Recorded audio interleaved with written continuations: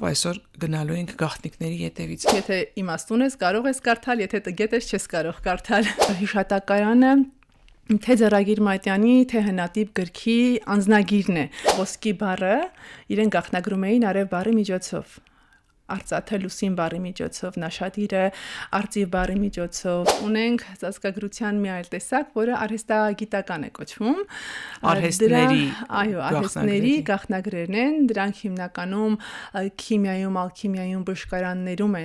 նման բնույթի ժողովածուներում են կիրառվում։ Երբ որ վարպետը աշակերտին սովորեցնում է ոսկեձուլ մետաղ ստանալու եղանակը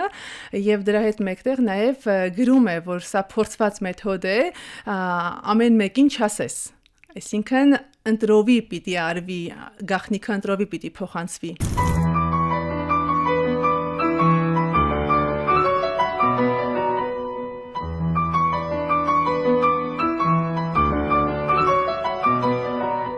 Հանրային ռադիոյի եթերում Արարատյան հայրապետական թեմի ինքնություն հաղորդումն է, բարև ձեզ, ես Նոեմին եմ։ Սիրելի ունկնդիրներ, այսօր մի շատ առողջվածային թեմայի ենք անդրադառնալու։ Այսօր տաղավարում խոսելու ենք այն մասին, թե ինչպես են մարդիկ ծածկագրել իրենց գիտելիքը եւ ինչպես ենք փորձում այսօր վերծանել այդ գիտելիքը եւ ինչու էին ծածկագրում։ Մի խոսքով այսօր գնալու ենք գաղտնիքների ետևից։ Այս մասին ինքնության տաղավարում խոսելու եմ Մարինե Սարգսյանի հետ, ով Մեսրոպ Մարտիրոսյան անվան հին ձեռագրերի մատենադարան ինստիտուտի գիտաշխատող է։ Բարև ձեզ։ Բարև Նոեմի ջան։ Գաղտնիքները միշտ գրավիչ են, միշտ գայթակղիչ են բոլոր բնագավառներում, բայց հատկապես հին մշակույթի դարերի ընթացքում հավաքված մատենադարան գանձերի գաղտնիքները շատ գայթակղիչ են, նաև ինձ համար։ Ձեզ ինչը բերեց այդ գաղտնիքները բացահայտելու ճանապարհին։ Ինձ էլ նույն պատճառը բերեց, ինձ էլ էր հետաքրքրում առեղծվածների ետևից գնալ, սա ածանցյալ թեմա է, իմ թեմայից ածանցված է, երբեք չէի մտածում, որ կանդրադառնամ, բայց անընդհատ հետաքրքրում էր, թե հիշատակարանում այդ ծածկագրությունը, որ գաղտնագրել են, ինչ թիվ է, կամ ինչ է բացահայտելու եւ աստիճանաբար տարբեր գրականություններ կարդալով, փորձելով, որովհետեւ միշտ չի որ միանգամից հաջողվում էր գտնել բանալին, հիշատակարան կա, որի վրա ժամանակ առ ժամանակ անդրադարձել եմ եւ մոտ մի քանի ամիս այդպես մտածել եմ։ Նույնիսկ ընկերներիս հետ եմ խորհրդակցել, թե ինչ կարող է այս բառը նշանակել, ինչևէ անընդհատ փորձել ինչ որ ճանապարհ գտնել եւ այդ հետաքրքրությունը առեղծվածը ինձ դրթեց, որ մի փոքրիկ զեկուցում պատրաստեմ այդ մասին, որն էլ հետագայում կարծեք թե բերեց ձեզ մոտ հասցրեց։ Հիշատակարանները բացատրենք, մենք ինքնության տաղավարում դեռ չենք անդրադարձել հիշատակարանների, որպեսզի մեր ունկնդիրների համար այդ գիտական տերմինը մի քիչ հասկանալի լինի, ասեք թե ինչ է հիշատակարանը։ Հիշատակարանը տարբեր իմաստներով է գործածվում, բայց կոնկրետ այս դեպքում Ձեռագիր Մատյանների եւ դրա հետևողությամբ արդեն հնատիպ գրքերի վերջում լինում են հիշատակարաններ, որտեղ բացահայտվում է տվյալ ձեռագիրը գրելու թվականը, խոսվում է գրելու հանգամանքների մասին, թուղթը ինչպես կոկեցին, ինչպես ինչ տանջանքներով նույնիսկ ձեռագրի գրությունը իր ավարտին հասավ, նման թեմաներ է արձարծվում, մի խոսքով կարելի ասել, որ հիշատակարանը թե Ձեռագիր Մատյանի, թե հնատիպ գրքի անձնագիրն է, ստեղծման պատմությունը։ Նաև հեղինակի կամ ընդօրինակողի կամ ծաղկողի մասին տեղեկատվություն։ Այո։ Լինում է նաև, որ պատվիրատուների մասին էլ է, չէ՞, անդրադարձել։ Այո, անդրադարձել լինում պատվիրատուների մասին, երբեմն պատվիրատուն ինքն է լինում հենց հիշատակարանը գրողը, բայց շատ հաճախ գրել է տալիս ձեռագիրը գրողին, գրիչին։ Եվ գրիչը պատվիրատուի անունից գրում է այդ ամենը։ Լավ, այդ դեպքում ինձ բացատրեք։ Եթե գրքի մեջ, օրինակ, ինչ որ գիտական նյութ կա, բժշկական նյութ կա կամ ինչ որ թեմա, որը պետք է գաղտնագրել, որ այսպես թշնամուն կամ մարդիկ, ովքեր դրան պատրաստ չեն, չհասկանան, չկարողանան ի վնաս կիրառել։ Հիշատակարանները ինչի էին գաղտնագրում։ Հենց նույն նպատակով։ Որովհետև հաճախ հիշատակարաններում գրիչները իրենց անունները բնականաբար ասում էին, սակայն դեպքեր է լինում, երբ ծածկագրում էին, որպեսզի հետագայում ում ձեռքը կընկնի ձեռագիրը, Չաղավաղի, որովհետև դեպքեր էին լինում եւ գրիչները դրանք շատ լավ գիտեին, որ այն մարդը, ում ձեռքին էր տվյալ ձեռագիրը, հաճախ հիշատակարանի գրողի կամ ձեռագիրը գրողի անունը ջնջում էր եւ փոխարենը իր անունն էր գրում։ Հիշատակարանների վերջում միշտ գրիչները խնդրում էին ընթերցողից, որպեսզի հիշեն իրենց եւ իրենց աղոթքներում մի ողորմիսի արժանացնեն եւ մեծ հավատով էին դրան հավատում եւ խնդրում էին հետագա աղավաղողներին, որպեսզի նման բան չանեն եւ թույլ տան, որ իրենց անունն էլ հիշվի, եթե ցանկանում են, որ իրենք էլ հիշվեն, ապա թող մի այլ տեղում գրեն իրենց անունը, բայց երբեք չչնջեն։ Այդ իսկ պատճառով գաղտնագրում էին, որ չհասկացվի այդտեղ իրենց անունն է թե ինչ։ Օրինակ եգիպտական մշակույթից հայտնի է, որ նաև անեծքներ, նզովքներ էին դնում, եթե ինչ-որ մեկը վնասի, փոխի, խմբագրի եւ այլն։ Հիշատակարաններում եւս կան։ Դման մենք նաև Աստվածաշնչում ունենք, չէ, որ վերջում ավետարանի վերջում ասում է, որ որևէ մեկը ինչ-որ մի բառ չփոխի, չաղավաղի եւ այլն, այսինքն հիշատակարանի մեջ էլ այդ խստությունը, դաժանությունը կա։ Այո, եւ ավելին ասեմ, շատ հաճախ ասում էին, որ այն մարդը, ով կփորձի աղավաղել, ապա եւ մեր անունը ջնջել, ապա թող իր անունն էլ երկնային գրքից ջնջվի։ Կյանքի գրքից իր անունն էլ ջնջվի։ Դա երևի ամենավատ անեծքն է։ Դե Եվ հակառակը օրհնությամբ էին նաև ասում, որ ով որ հիշի մեզ, թող իր անունն էլ հիշատակի գրքում գրվի եւ ինքն էլ հիշվի Աստծո կողմից երկրորդ գալստյան ժամանակ։ Չնայած դուք հիմա ձեր անունը չեք գրելու հիշատակարանների մեջ, բայց նրանց անունը հիշատակելով, փաստորեն իրենց օրհնության առարկան եք դառնում։ Այո, եւս մեկ անգամ հնարավորություն եմ տալիս ընթերցողին հիշել իրենց։ Իսկ կան տարբերություն, որ ձեռագրերի մեջ են ավելի շատ գաղտնագրեր, որ տեսակի ձեռագրերի մեջ, թե բոլոր հիշատակարանները որպես կանոն ունեն այդ գաղտնիքները թաքցված։ Չէ, բոլոր հիշատակարանները չէ որ ունեն։ Հիշատակարաններում հատկապես չափածո ձևով էին հանդես գալիս ծածկագրերը, շատ քիչ էին ասակ ծածկագրերը եւ այդ ծածկագրերը նպատակ ունեին նաև բացի այն որ պաշտպանիչ ինչ որ ֆունկցիա ունեին նաև ընթերցողի միտքը շարժելու փնտրելու մղելու եւ հաճախ իրանք էլ կողքին գրում էին հիշատակարաններից հետո թե ով որ կարդա իմաստուն է ով չկարդա անգետել թող մնա հիմա ես սա ասացի աշխարհաբարով բայց գրափարով այդ է միտքը գալիս Իսկ լինում է, որ ասենք նույն տեսակի գաղտնագիրը հանդիպեք տարբեր հիշատակարաններում։ Նույն բանալիով գրված գաղտնագրերը տարբեր տեղեր կարող ենք հանդիպել, շատ ավելի դժվար է լինում, երբ որ մեկ հիշատակարանում օգտագործվում է մեկից ավելի գաղտնագիր։ Եվ դա արդեն ավելի խնդրահարույց է լինում, բայց այստեղ եթե հիշատակարանում կամ ծրագիրը ունենում է մի քանի հիշատակարան երբեմն փոքր հիշատակարաններ տարբեր էջերի լուսանցներում գրված, իսկ գլխավոր մեծ հիշատակարանը հիմնականում փառքով սկսվող հատված հիշատակարանն է եւ ծրագրերի վերջում է լինում Եթե որևէ տեղ գրիչը հիշատակած է լինում գրության թվականը, ապա մյուս հիշատակարանը, որը ծածկագրված է,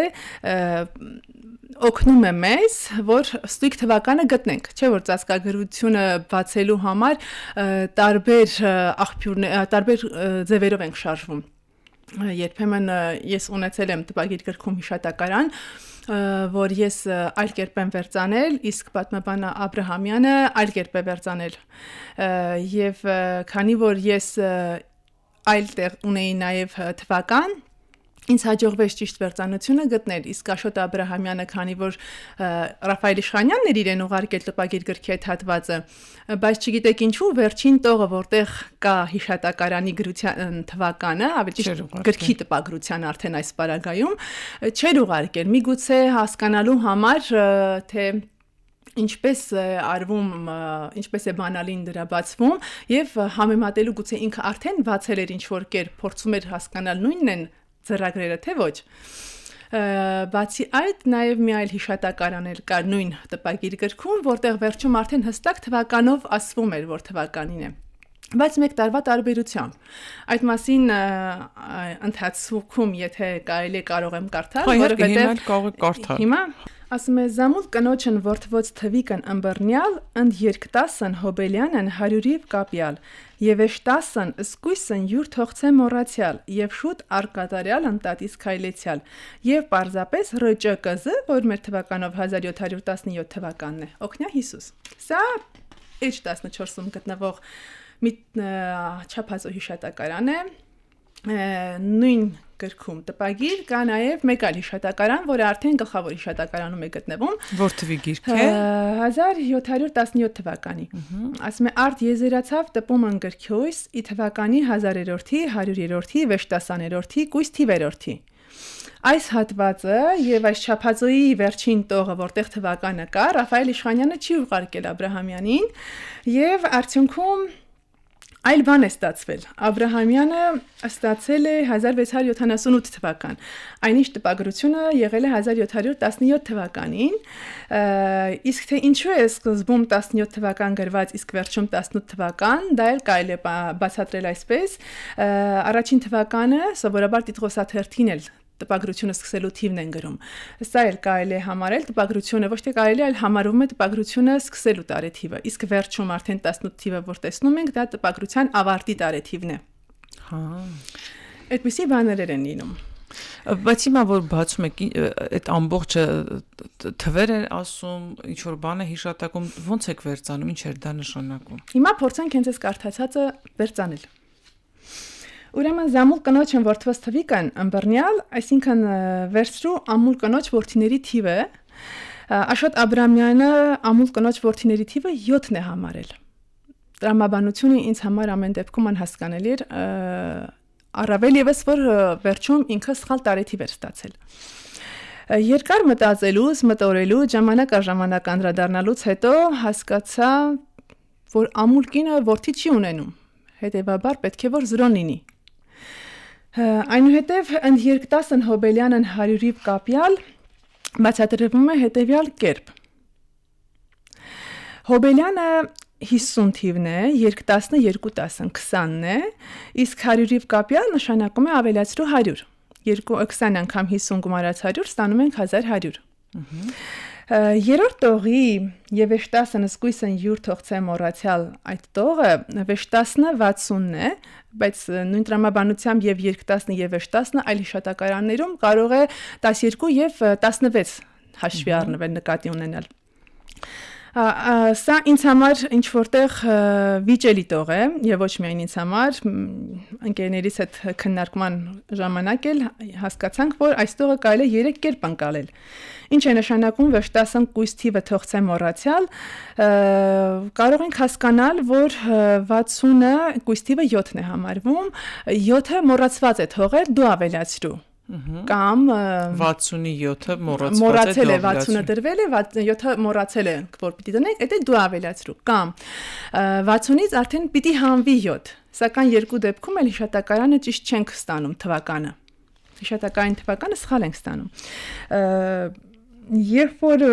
60-ին գումարում ենք 7-ը առաջին դեպքում երբ որ 7-ն են գումարում մոտենում ենք արդեն Եվ ստանում ենք 1718, սակայն հաջորդ, վերջին տողում մենք տեսնում ենք 1717 թվական, այսինքն 1 տարի ավել ենք ստանում։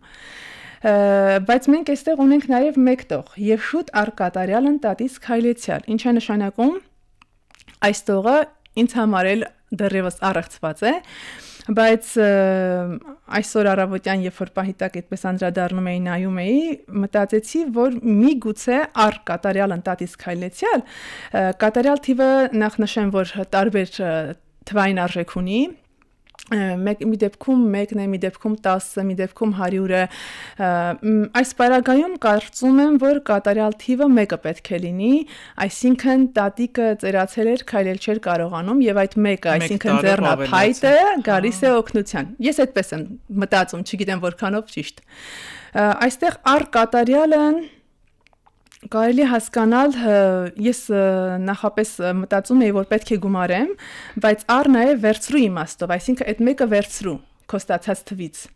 Երբ որ 1718-ից վերցնում ենք այդ մեկը, այս դեպքում արդեն ստանում ենք 1717-ը։ Իդեալական ստացվում է համընկնում։ Հա, դա ասեմ, որ առավոտյան բացահայտեցի, ինչև այս պահը չի կարողանում։ Ապա ինքնություն հաղորդումը օգնեց մի բացահայտման, որտեղ առավոտյան դուք ստիպված եք մտածել դրա մասին։ Լավ, այս գաղտնագիրը ինչի համար են գրել, որ ուղղակի գրքի ձեռագրի տարեթիվը իմանա, մարդը հասկանա, թե ինչ նպատակ ուներ այս գաղտնագիրը։ Ձեռագիր մատյանների դեպքում գաղտնագիրը նպատակային էր արված։ Նախ աղավաղումներից զերծ մնալու համար։ Երկրորդ դեպքում եւ նաեւ միայն անուններն ու տարեթիվը չէր, որ գաղտնագրվում էր։ Գաղտնագրվում էր նաեւ պատմական որևէ կարևոր իրադարձություն, ճիշտ է դեռ ինձ չի հանդիպել այդպիսի հիշատակարան, որտեղ պատմական իրադարձությունը գաղտնագրված լինի, բայց նման դեպքեր լինում են եւ այս դեպքում նաեւ ապահովության համար։ Իսկ ինչ վերաբերում է տպագիր գրքին, ապա կարող եմ ասել, գրեթե վստահ եմ, որ այստեղ խնդիրը չէր զգուշանալու կամ ինչ-որ բանից պահպանելու, ավելի շատ այստեղ գրչախաղ է արվում, այդ գրչախաղի պայմանը կա նաև ծրագիր մատյաններում։ Երբ տպագրիչը փորձում է իր մտքի ճկունությունը ցույց տալ, ինչպես նաև դրանով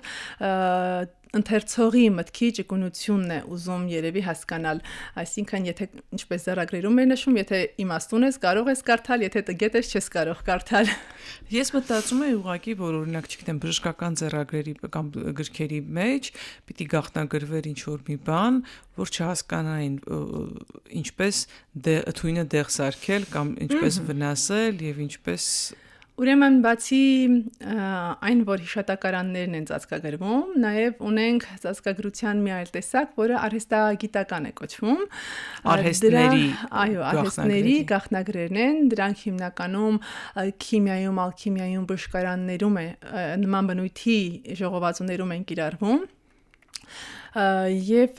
բացի այն, որ այստեղ էլ իրենց գաղտնիքը չէին ուզում փոխանցել այլ մարդու բացի իրենց աշակերտից կամ իրենց որդուց, չէ որ այն ժամանակ արհեստը ընտանեկան մենաշնորհ էր եւ որդուց որդու սերնդից սերունդ էր փոխանցվում եւ դրանով այնտեղ դեպք կա, երբ որ վարպետը աշակերտին սովորեցնում է ոսկեձուլ մետաղ ստանալու եղանակը եւ դրա հետ մեկտեղ նաեւ գրում է, որ սա փորձված մեթոդ է, ամեն մեկին չասես։ Այսինքն ընտրովի պիտի արվի, գաղտնիքը ընտրովի պիտի փոխանցվի։ Բացի այդ, ձեր ասած նաև պաշտպանական գործոնը կա, որպեսզի տգետ մարդիկ սխալ ձևով չընկալեն եղածը եւ իրենց չվնասեն։ Օրինակ գիտեմ, որ Որդան Կարմիրի պարագայում հատկապես դա շատ ավելի խիստ էր, որտեղ միայն արքայական կամ կաթողիկոսական լաբորատորիաներում էին ստեղծում այդ Որդան Կարմիր ներկերը եւ այնտեղ շատ ավելի խիստ էր դրած, որովհետեւ նաեւ թշնամիները, նաեւ եվրոպացիները փորձում էին այդ բանաձևը ստանալ եւ մաքսիմում գաղտնագրում էին դրանք։ Հա, ինձ կոնկրետ Որդան Կարմիրի հետ այդպես բնագիր չի հանդիպել, բայց տարիներ առաջ նկարագրել եմ մի բժշկական ձեռագիր, որտեղ բաղադրատոմս կար եւ գրիչը գաղտնագրել էր ինչ որ սիմվոլներով, բայց էջեր հետո ինքը տվել էր այդ սիմվոլների պատասխանը։ Բանալին տվել է։ Այո, թե որ սիմվոլը որ տարին է այբուբենի համապատասխանում։ Մի վարքյան, փաստորեն բացի այն, որ հանելուկի նման վերծանելու խնդիր կա, նաև նշանային գաղտնագրեր կան, որոնք պիտի հասկանաս։ Գավազանագիր, նշանագիր, որ գավազանագրերի նշանների տեսք ուներ, այնտեղ նշխարաձև նշանագրեր ունենք, որ նշխարի նմանությամբ Աբրահամյանը այդ անունն է տվել, հետաքրքիր տեսակներ կան։ Ես Մատենադարանի այդ նորաբաց հետաքրքիր տեղում արհեստները, որ ներկայացված են, այնտեղ մի անկյուն կար, որտեղ գաղտնագրերի մի ձև կար, նշաններ էին, որոնք ամեն մեկը մի տառին էր համապատասխանում եւ այդ քարաշարք այբուբենի նման, ասենք ան, ժն, ան որպես 1, ժն որպես 10, նույն նշանն էին, մեկի կողքը մի հատ կետ ավել, երրորդ ճակին երկրորդ։ Այո, հասկացա, ինչ եք հարցնելու, ուրեմն միայն այդ տեսակը չի, մենք ունենք սյունակետագիր, օղակետագիր, նշխարաձև, ճիրանագիր եւ այլ տեսակ ձեռագրեր։ ծածկագրեր, օրինակ փորձեմ ավելի պատկերավոր բացատրել, սյունակետագիր ծածկագրերը որ նախ գիտենք որ այբուբենը քառաշարք էր միավոր, տասնավոր, հարյուրավոր, հազարավոր յուրաքանչյուր սյուն, այսինքն նշանակում էր այդ շարքից մեկը։ Երբ որ միավորներն էր նկատի ունենում գրիչը, ինքը մեկ սյուն էր գծում, տասնավորի դեպքում 2, հարյուրավորի դեպքում 3 եւ հազարավորի դեպքում 4 սյուն էր գծում ուղղահայաց գծիկ։ Իսկ կոնկրետ այդ շարքերում զբաղեցրած տառերի դեպքում ինքը կետերով էր ցույց տալիս։ Այսինքն եթե ինքը ցույց էր տալիս գծում էր 1 գիծ կողքը դնելով 2 կետ, ինքը նկատի ուներ B տառը։ Այսինքն մի քանի շերտանոց գաղտնագրեր Հաստորեն։ Լավ, դուք ո՞նց եք բանալին գտնում, ո՞նց եք հասկանում այս ռեբուսը, այս գլուխ կոտրուկը, այս գաղտնագիրը ոնց պիտի վերծանել։ Տեսքը երբեմն ցույց է տալիս։ Երբ որ տեսնում ենք սյուներեն, կետերեն, հասկանում ենք, որ սյունակետագիրը հետևաբար պետք է այս մեխանիզմը գործի։ Եթե օղակ է կրկին կետերով, օղակետագիրը այս մեխանիզմը պիտի գործի։ Շատ հետաքրքիր է նաև ճիրանագիր եւ նշխարաձև ծածկագրերը։ Ճիրանագիր ծածկագրերը իրենցից ներկայացնում են օղակ եւ օղակներից դուրս եկող, այսպես փոքրիկ ծայրում թեքվող կերվող գծիկներ։ Գրքին եթե միավոր էր մեկ օղակի վերևից մեկ գիծեր, եթե տասնավոր էր, արդեն աչից էր ավելանում, հարյուրավորի դեպքում ներքևից նաև արդեն քառաշարքի դեպքում մյուս կողքից աչուձախ վերև ներքև։ Եվ կետերով արդեն ցույց էր տալիս տվյալ շարքում տվյալ տառի զբաղեցրած տեղը։ Հասկացա։ Իսկ լինում էր, օրինակ, չգիտեմ, ուրիշ տառերով, ասենք լատինական կամ հունական տառերով փոխարված լիներ շատ ավելի բարձրացած լինեն, բայց արաբատար, այնտեղ լատինատար, հունատար ունենք դրանց հետ միախառնված նաև հայերեն տառերը, հայերեն այբուբենի տառերը։ Մաքսիմում խճճեն ընթերցողին։ Խճճելու հետ կապված մեկ այլ հետաքրքիր բան կա, որ երբեմն չեք պատկերացնում դա կապ ունի ծածկագրության հետ, թե ոչ։ Հիմա գտնեմ այդ հիշատակարաններից մեկը, հետաքրքիր լինելու համար մի քանի բան դուրս եմ հանել։ Ասում է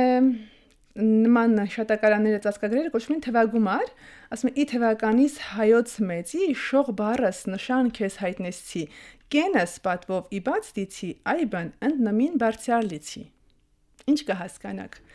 Հայոց թվականը 551 չի։ Հա, ինչ որ բանաստեղծություն առաջին հայացքից չէ կթվա։ Այստեղ գրիչը ինքը հուշել է շող բառս նշան քեզ հայտնեցի։ Այսինքն ծածկագրված է շող բառի մեջ։ Հասկանալու համար շ, ո եւ ղ տառերի դիրքը թվանշան տառերի թվային արժեքները գումարում ենք իրար, այնուհետև ասում է կենն պատվով իբաց դիսի, կենը 69 է համարժեք, 60-ը դրանից դուրս ենք հանում եւ այբն ընդնամին բարձրալիցի, այբն էլ մեկն է, այբն էլ իր հերթին է, ասում է բարձրալիցի էլի հանում։ Եվ արդյունքում հանել ստացվում է 1129, որին էլ հայոց թվականի տարբերությունն են գումարում, ստանում ենք արդեն գրչության թվականը 1680։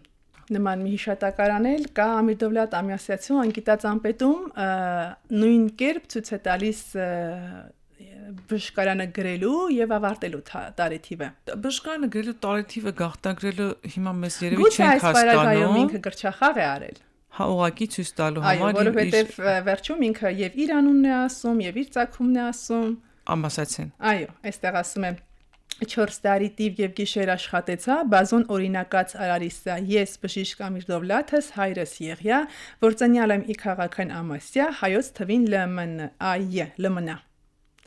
Լմնան որ թիվն է դա։ Երբ որ գումարում ենք հայոց թվականի տարբերությամբ 1482 թվականը, երբ գրվել է անգիտած անպետը։ Իսկ թվում է այս գաղտնագրերը ավելի շատ պիտի օգտագործեին օրինակ ռազմավարական նշանակության կամ դիվանագիտական նամակների պարագայում, որ ոչ մեկ չլիներ նման դեպքեր լինում են։ Նման դեպքեր կան, բայց ավելի ուշ շրջանից են 17-ից 18-րդ դարերից հիմնականում եւ մեծամասամբ վերաբերում են հայ-ռուսական հարաբերություններին։ Պետրոս առաջինը ունի այնտեղ Ներսես աշտարակեցին ունի ծածկագրված նամակ եւ հիմնականում ծածկագրվում էին հասցեատերը, թե ում է ուղված եւ թե ով է գրողը։ որպեսզի թշնամու ձեռք, ինչպես դուք սկզբում ասացիք, ձեռք նկնելիս, թշնամին չհասկանա, թե որտեղից է գալիս եւ ուր է գնում։ Նաեւ բովանդակային որոշ հատվածներ կարող էր ծածկագրվել։ Այդ կերպ ես ուսումնասիրում էի եւ նաեւ ջուղայի առևտրականներն էին իրենց նամակագրությունը կազմակերպում, որպեսզի հերավոր ճանապարհներն անցնելիս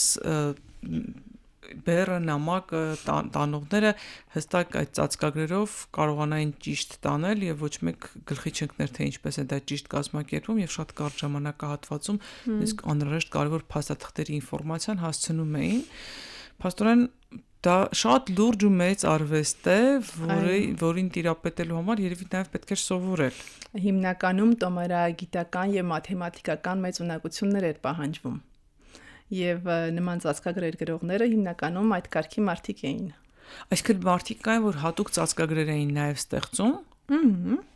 Չի բացառվում։ Հիմա երբ որ դուք վերցանում եք գաղտնագրերը, կարողանում եք մտածել այնպես, ինչպես այդ ժամանակաշրջանի մարդիկ եւ իրենց ասոցիացիաները, ընկալումները եւս հաշվի առնեն, թե դրանք կարեւոր չեն։ Կոնկրետ այն հիշատակարանները, որոնցով ես եմ զբաղվում, չեմ կարծում, որ այդ կարգի անհրաժեշտությունը կա։ Դրանք հավանաբար ավելի են կարևորվում ձեր թվարկված դեպքերում, ռազմաքաղաքական, առևտրական, ինչպես նաեւ բժշկագիտական միգուցե։ Կոնկրետ այս պարագայում չեմ կարծում, որ այդ կարգի կարիքը կա։ Կարող ենք օրինակ շնորհալու հանելուկներն էլ այս գաղտնագիտական ծածկագրական շարքին դասել, որովհետև դրանք էլ նման են։ Ակրոստիկոսներն են ծածկագրեր համարվում։ Երբ որ ակրոստիկոսների միջոցով գրիչը իր անունն է թաքցնում։ Եթե ուշադիր չլինենք, որ այդ յուրաքանչյուր տողի առաջին տառը ինչ որ նշանակություն ունի, ինչ որ բան է ասում, ապա մենք չենք ընկալի, որ այդտեղ բան կա թաքնված։ Լինում է նաև որ երկրորդ լինում է որ վերջում է նաև լինում։ Լինում է որ վերջին տառերով է լինում։ Լավ, ինչու են դա թաքցնում։ Այ դա չեմ կարողանում հասկանալ։ Լավ, իր անունը կարևոր չէր, արդյոք մանավանդ եթե պիտի այնպես աներ, որ խնդրեր, որ իր անունը աղոթքների մեջ հիշվեր եւ այլն, ինչու էր բարթացնում մարդկանց։ Իրենք վստահ էին, որ գտնողը կգտնի բանալին։ Եվ եթե անգամ չգտնի, ասեն չի եղծվի, չէ, իրենք հիմնականում անում էին, որ իրենց անունը չջնջվի։ Իսկ գտնողը որ գտավ կհիշի իրենց։ Իրենք դրանում համոզված էին։ Իսկ ցո պետք է բոլոր այդ գաղտնագիր գրած մարդկանց համար մի հոգեհանգստյան կարգ կազմակերպել, բոլորի համար աղոթք անել, որովհետև շատ լուրջ տանջվել, չարչարվել եւ գրել։ Եթե մեխանիզմին տիրապետում ես, միշտ չի որ դժվար է լինում, բայց կան նաեւ դժվար դեպքեր։ Իսկ ո՞նց ես համար արդեն մարտահրավեր է հնարավորինս բարդ գլուխ կոտրուկ գտնելու հարցում։ Մարտահրավերը, այդ թե ինչպես կհաջողվի, դա չգիտեմ։ Իսկ եղել է, որ ձեր վերծանությամբ ինչ որ նոր բան եք բացահայտել, որը գիտական իմաստով շատ նշանակալի կարող է լինել տվյալ ձեռագիրը վերծանելու կամ կիրառելու առումով։ Հիմնականում, տեսեք, ճիշտ է, այնտեղ թվականը կար գրված, չնայած տպագիր գրքերի դեպքում էլ հիմնականում տիտղոսաթերթին թվականները լինում են, կարծում եմ կոնկրետ իմ դեպքում դեռ այդպես որևէ սենսացիոն հայտարարություն չեմ արել։ Դեռ։ Հուսանք որ դեռ։ Չէ, որովհետև ձեր հմտությունը շատ կարևոր է լինելու նաև ձեռագիր մատյանների վերծանության ժամանակ, որովհետև ունենք հսկայական քանակությամբ գիտական գրականություն, որը իր լուրջ մասնագիտական աչքին է սպասում գալ եւ վերծանել։ Իսկ գլուխ կոտրուկների ոճը կամ ձևը կախված էր արդյոք թե որ դպրոցի ներկայացուցիչ, օրինակ, չգիտեմ, Տաթևի կամ Գլաձորի կամ Վան Վասպուրականի որևէ դպրոցի մոտ ընդունված էր ավելի շատ այս տեսակ գաղտնագրերը մյուսների։ Նման վիճակագրություն չեմ արել եւ ուսումնասիրության ընթացքում էլ այդպես չեմ հանդիպել, բայց մի դժվարագույն բոլորակաձև ծածկագիր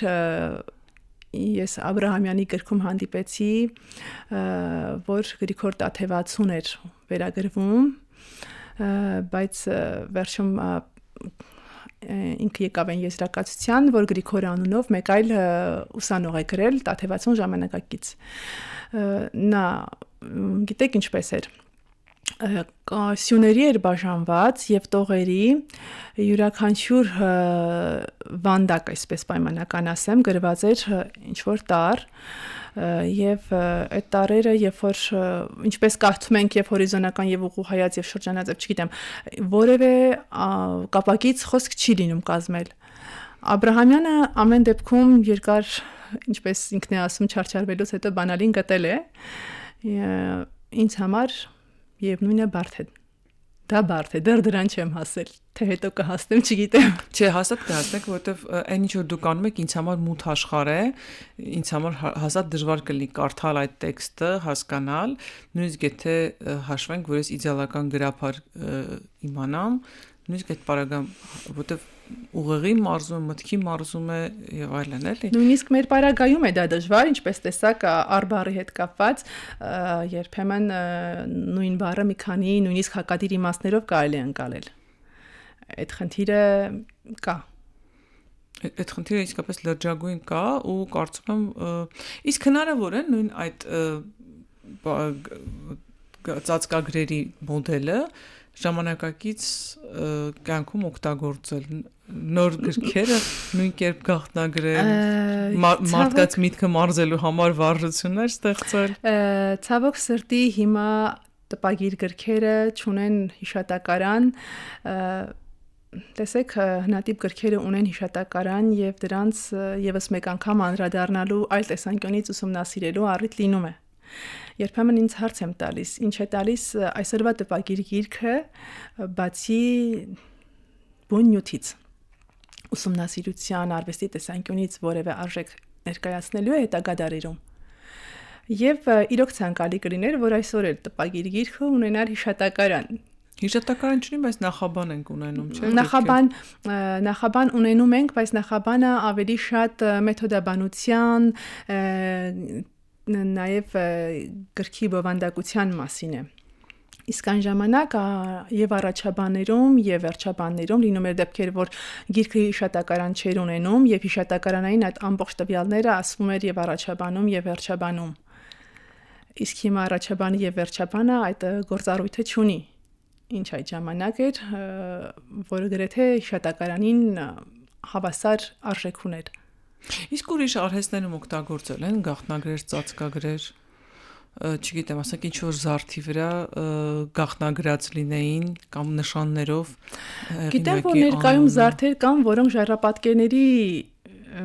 պատկերները նկարներն ունեն, թե հիմա հատուկ նպատակով է արվում, թե պարզապես զարդ է, դա չեմ կարող ասել։ Ժայռապատկերից այսպեսի հարց առաջացավ, արդյոք սեպագրերի վերծառությունն էլ նույն սկզբունքով են անում, թե դրանք լրիվ ուրիշ տեսակ են։ Չեմ կարող ասել։ Դա չեմ կարող ասել։ Չգիտեմ, ես զարմանում թե մարդիկ ոնց են կարողանում բացահայտել Միջնադարին ուրիշ աշխարհ է։ Հա, իսկապես ուրիշ աշխարհ։ Ես մի հաղորդում եմ անեմ շնորհալու հանելուկների մասին, բայց հասկացա, որ պետք է շատ ավելի լայն վերցնել ու շատ ավելի լայն գնալ ու հասկանալ։ Հանելուկ ասացիք հիշեցի, նույնիսկ խնդիրներ ունենք, որոնք նույն կերպ գաղտնագրված են, բայց մի քիչ ուրիշ է սկզբունքը, այլ է սկզբունքը։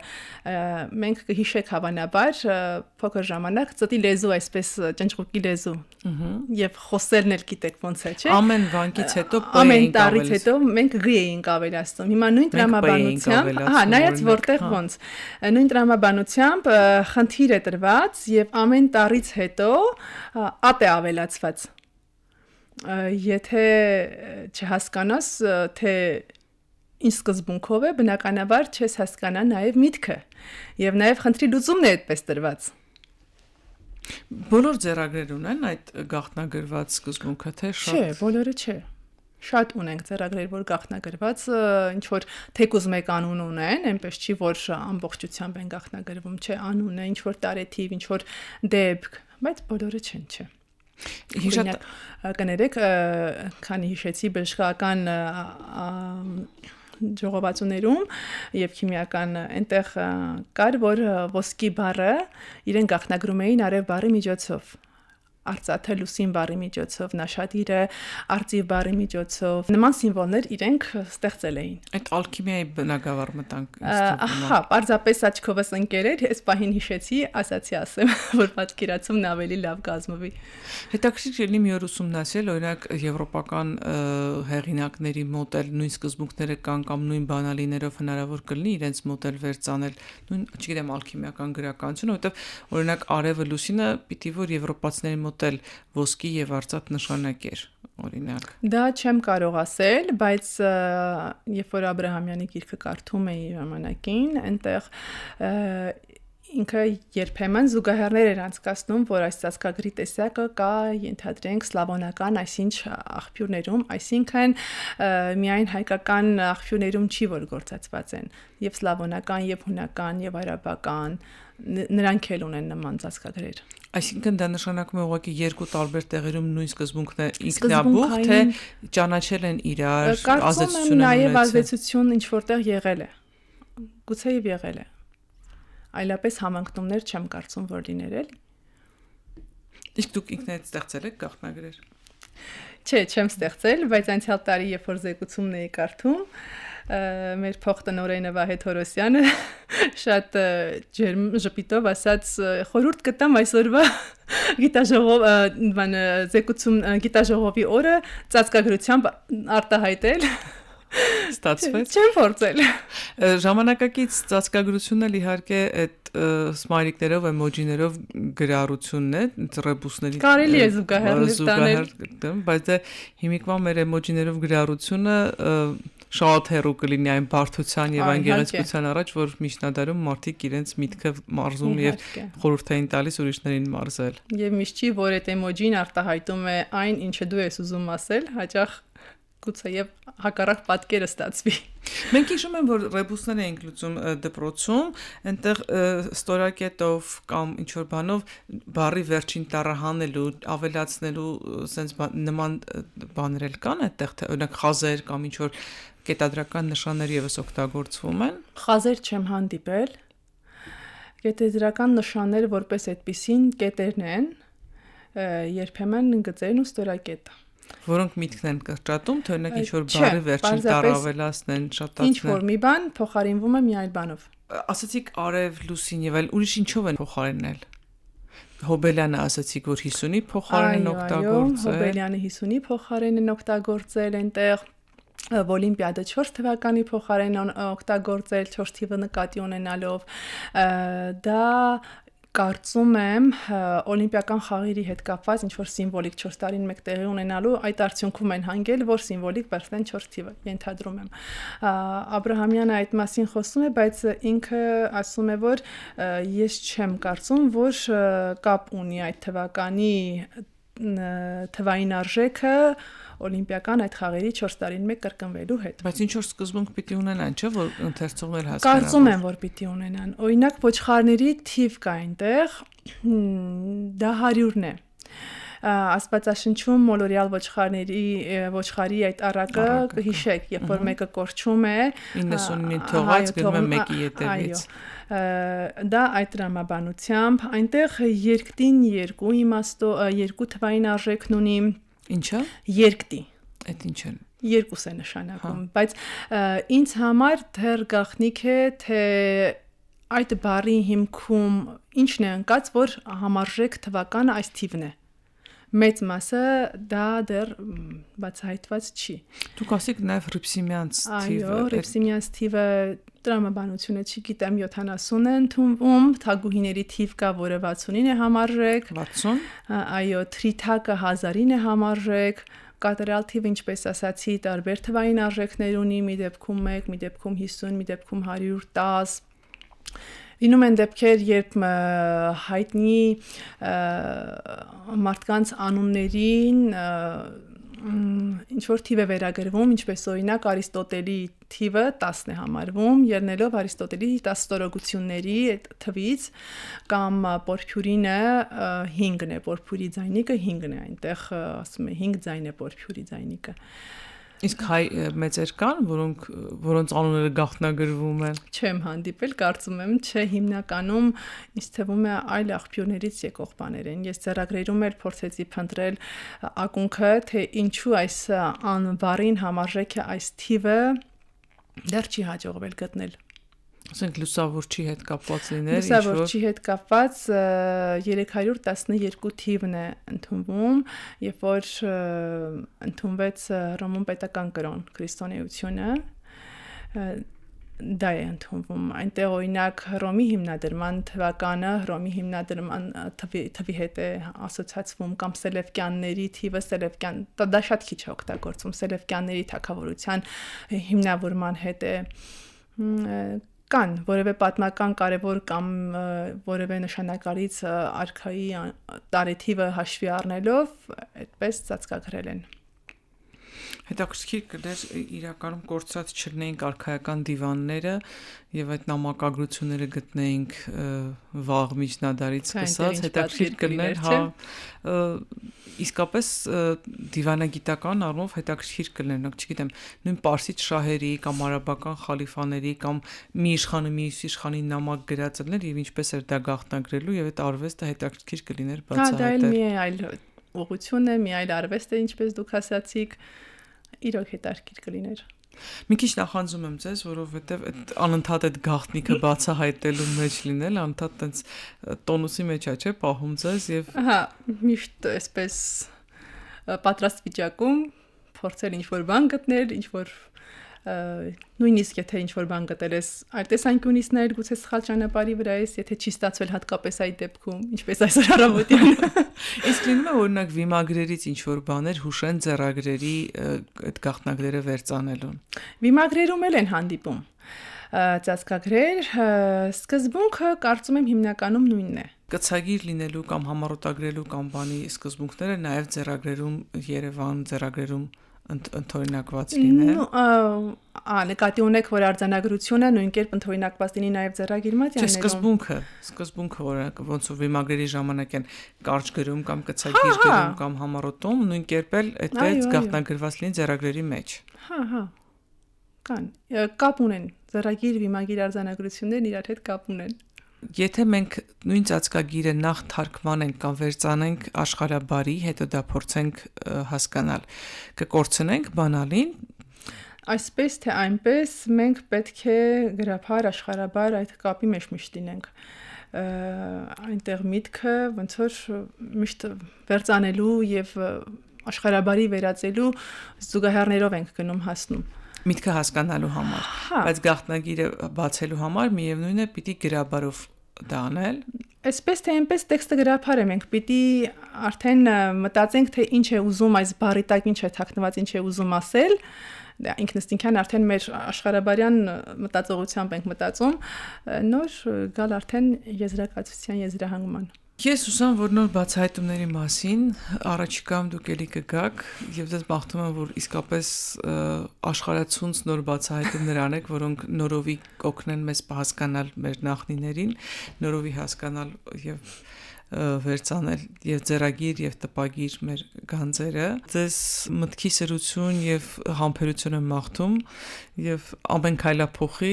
թող ինչ-որ նշաններ լինեն ձեր առաջ, որոնք կօգնեն ձեզ բացահայտել, որտեղ իրականում ինչպես այսօր առավոտյան դուք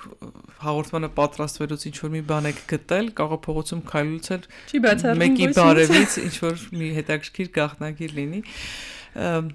Շնորհակալություն ձեզ հետ, իսկապես շատ հետաքրքիր ձեր աշխատանքի համար։ Ես էլ եմ շնորհակալ Նոյեմի ջան, հնարավորություն ինձ ընձեռելու համար, ձեր տաղավարում հյուրընկալելու համար։ Կարևոր գործ եք անում, որովհետև մեր ձեռագրերը կարիք ունեն նորովի բացահայտվելու, նորովի խոսելու։ Հիմա անում ենք։ Գիտեմ։ Ընդհանրացակ նկարագրությունների շնորհիվ փորձում ենք նաև չվերծանված ծածկագրերը վերծանել։ Ապրեք իմ խոնարհումը երախտագիտությունը ձեզ եւ Մատենադարանի ամբողջ թիմին, որովհետեւ իսկապես կարևոր աշխատանք եք անում, որովհետեւ օգնում եք նաեւ մեզ ճանաչել, մինչեւ մենք չճանաչենք մեր մշակույթը իր բոլոր շերտերով, մենք ինքներս մեզ չենք ճանաչելու եւ ինչպես հունական դպրոցների ճակատին էր գրված կամ ինչպես Աստվածաշունչն է մեզ ուսում, ճանաչել զիմաստություն եւ ըսխրատ, իմանալ սպանես հանճարո, մինչեւ չհասկանանք մինչև գաղտնագրերը չբացենք, մենք չենք ճանաչելու։ Այո։ Ես հիշեցնեմ, որ այսօր ինքնության տաղավարում ես շատ սիրով զրուցում եմ Մարինե Սարգսյանի հետ, ով Մեսրոպ Մաշտոցի անվան հին ձեռագրերի մատենադարան ինստիտուտի գիտաշխատող է եւ բացի իր հիմնական ուսումնասիրություններից, որ փորձում է հավաքել, ամփոփել, վերլուծել ու հասկանալ հիշատակարանները, նաեւ զբաղվում է այդ հիշատակարանների եւ ոչ միայն հիշատակարանների գաղտնագրերը վերծանելով։ Թող ձեր կյանքում էլ չբացահայտված գաղտնիքներ քիչ լինեն, բայց թող այդ գաղտնիքները գեղեցիկ ու ավելի հետաքրքիր դարձնեն ձեր կյանքը։ Ինքնությունը եթերում կլինի հաջորդ շաբաթ։ Ցտեսություն։